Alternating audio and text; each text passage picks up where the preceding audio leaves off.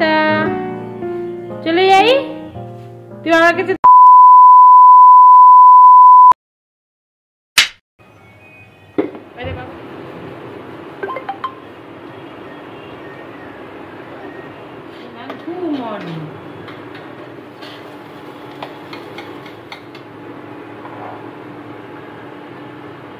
Good morning বন্ধুরা।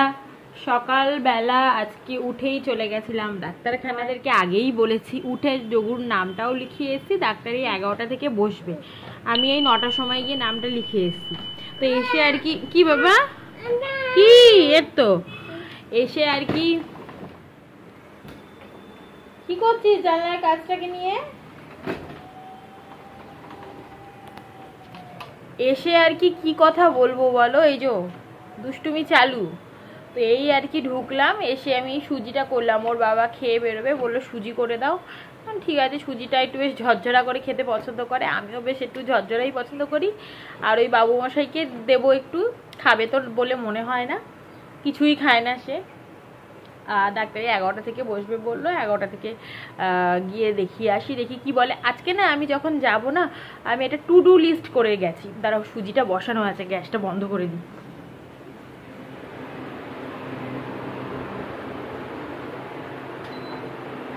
আমার না এমন অবস্থা হয়েছে যে মানে বিয়ের আগে তো গ্যাসেই রান্না করতাম, তো গ্যাসে রান্না করতে করতে ইন্ডাকশানটা বন্ধ করে দেওয়া বলা হয় না, ওটাই আমার কাছে গ্যাস। তো যাই হোক, আমি না আজকে যাবার আগে না মানে টু ডু লিস্ট একটা লিখে নিয়ে গেছি যে কি কি ডাক্তারকে বলবো।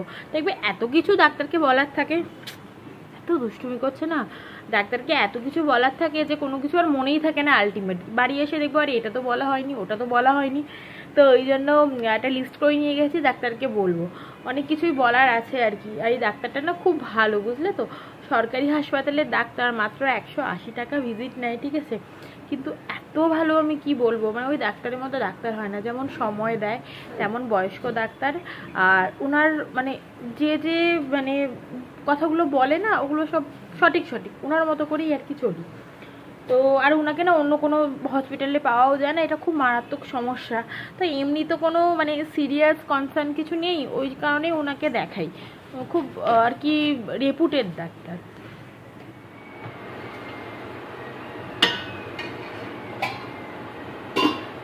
এই দেখো, এইটুকানি সুজি নিলাম, তাও খাবে কিনা পুরো সন্দেহ।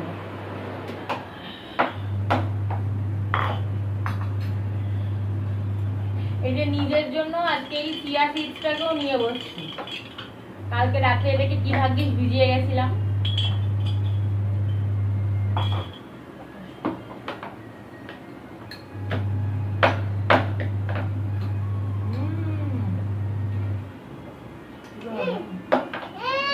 কি তোকে দেবো? দেবো না। কেন দেবো? দেখো কেন গো, কি টেস্টি দেখো। কেন কেন একটু খাও, পড়ে যাবে তো, ওটা দুটো ফেলে দিচ্ছিস ইচ্ছা করে না। কেন খাবে না? ঠিক আছে যা। দেখছো কেমন চেয়ারটাকে ও পা দিয়ে ঠেলে সরে যাচ্ছে পিছনে।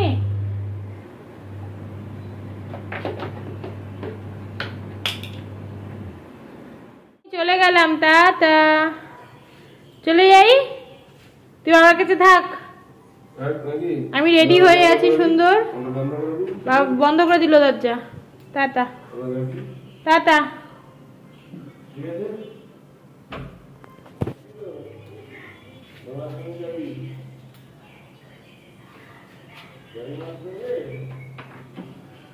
যোগু, আমি চলে যাবো তো, আমি চলে যাবো। এসো আমার কাছে এসো, চলো যাই, দেরি হয়ে যাচ্ছে, চলো চলো। দেখিয়ে চলে এসছি। যাওয়ার সময় না ওই জামা কাপড়গুলোকে সব কেচে রেখে দিয়ে গেছিলাম, ওই এই এখন তাই মেলে দেবো। আজকে দেখছি একটু বৃষ্টিটা পড়েনি, তাই ভাবছি মেলে দিয়ে যাই, কারণ আবার যদি দেরি হয়ে যায় না, বিকেলের দিকে বেশি বৃষ্টিটা হচ্ছে, নয়তো আবার ভিজে যাবে, ওই জন্য এখন মেলে দিই সব।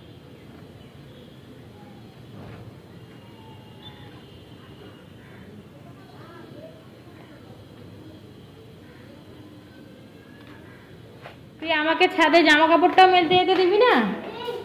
হ্যাঁ, অমনি বাবার সাথে বাইরে বেরিয়ে গেছিস কেন? কেন? আমি তো জামা কাপড় মেলতে গেছিলাম। সারাদিন তোকে নিয়ে থাকতে হবে আমার কি? চলো বাইরে, নোংরা। কোথায় যাচ্ছিস? কোথায়? আচ্ছা আচ্ছা আচ্ছা আচ্ছা, উঠে যাও ওখান থেকে, উঠে যাও, ঘরে নোংরা। এসো, ওই বাবা নিচ্ছে।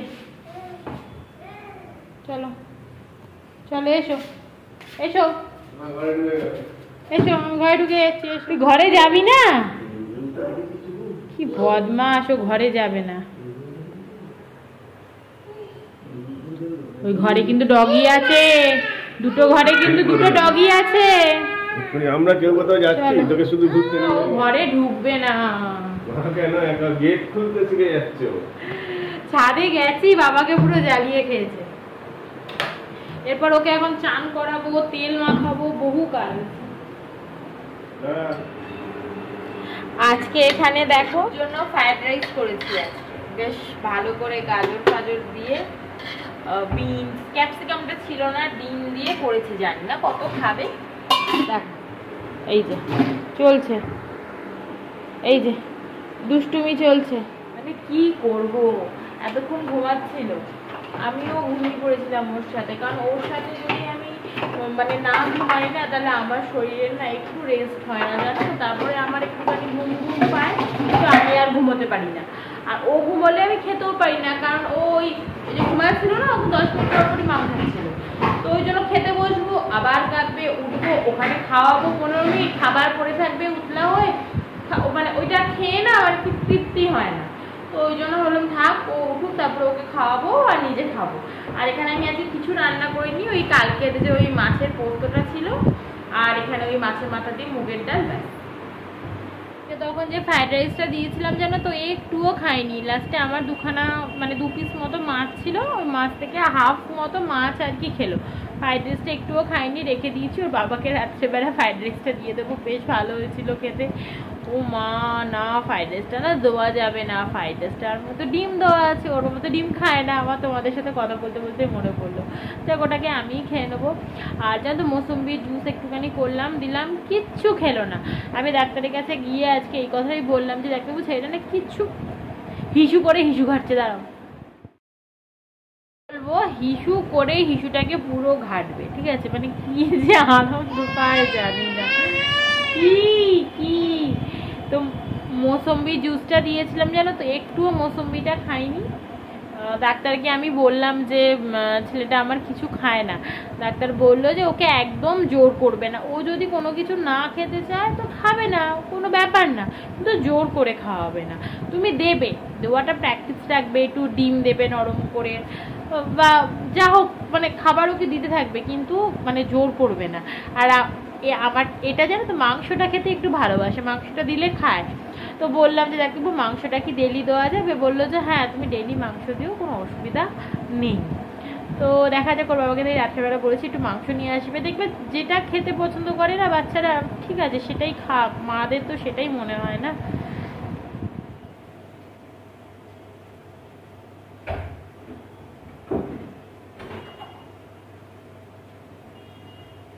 ছাদে যে দুটো চাদর মেলে এসেছিলাম না সকালে গিয়ে, এই সন্ধ্যেবেলায় আনলাম, কিছুতেই ছেলেটাকে ফেলে আনতে যেতে পারছি না।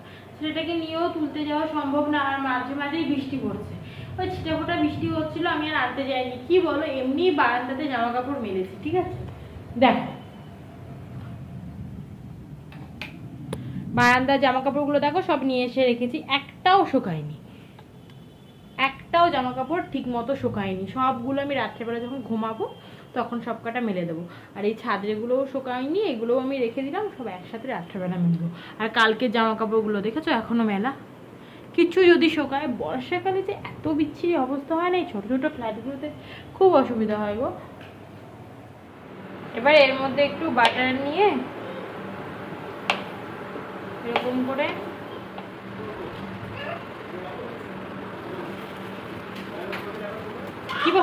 কি বলছি,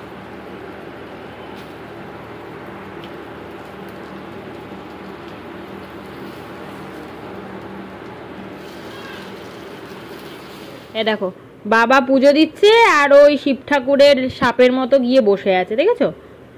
আর ওখানেই আমাকে ওকে খাওয়াতে হচ্ছে। এ দেখো কি করব, চিকেন বলে আর বাদ বিচার নেই, ছোট ছেলে ঘরে থাকে, বাবা পুজো দিচ্ছে ওখানেই বসে বসে ও মাংস খাচ্ছে, কি করব?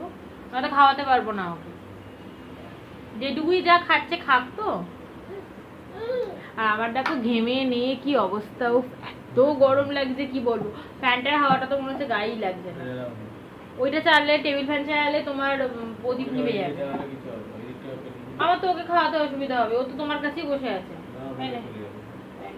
খাও, এটা না মনে হচ্ছে বেশ ওর ভালো লেগেছে, দেখছি বেশ খাচ্ছে, জানি না কয়টুকানি খাবে, তবে বেশ হেলদিও কিন্তু। বেশ চিকেনটাকে আমি ভালো করে পেস্ট করে নিয়েছিলাম, তারপরে ওর মধ্যে একটু গাজর কুচো, আদা কুচো, রসুন কুচো, পেঁয়াজ কুচো আর নানান ধরনের যে মশলা থাকে, মোটামুটি লঙ্কার গুঁড়োটা বাদে সব দিয়ে ভালো করে চটকে, আর একটু কর্নফ্লাওয়ারও দিয়েছিলাম বাইন্ডিংয়ের জন্য, দিয়ে ভালোভাবে চটকে ওই আলুর চপের মতো করে করে শাঁকা শাঁকা বাটারে ভেজে তুলে নেওয়া। বেশ ভালো লাগছে খেতে, আমাদেরও কিন্তু খুব ভালো লাগছে খেতে। হ্যাঁ না বাবা, এই যে বাবা, কেন কোথায় চললে?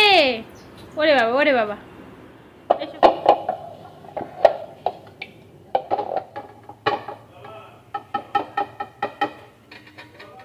একটু আগে যা বৃষ্টি হলো না, মানে প্রচুর বিদ্যুৎ চমকালো আর খুব বৃষ্টি হলো, তা বৃষ্টির থেকে না বেশি বাদ চমকালো। যোগু তো খুব ভয় পাচ্ছিল, এত জোরে জোরে বাদ চমকাচ্ছে যে কি বলবো।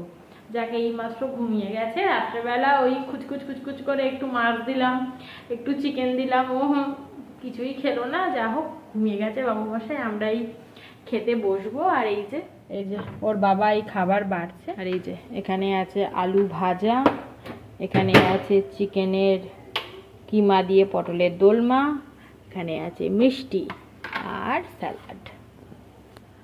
তো এখন এই খেয়ে নিতে পারলে বাঁচি, ভীষণ জোরে খিদে পেয়ে গেছে। তো চলো আজকে ব্লগটাকে এখানেই শেষ করছি। আশা করছি তোমাদের আজকে এই ব্লগটা দেখতে ভালো লাগলো। যদি ভালো লেগে থাকে প্লিজ চ্যানেলটাকে সাবস্ক্রাইব করে দাও।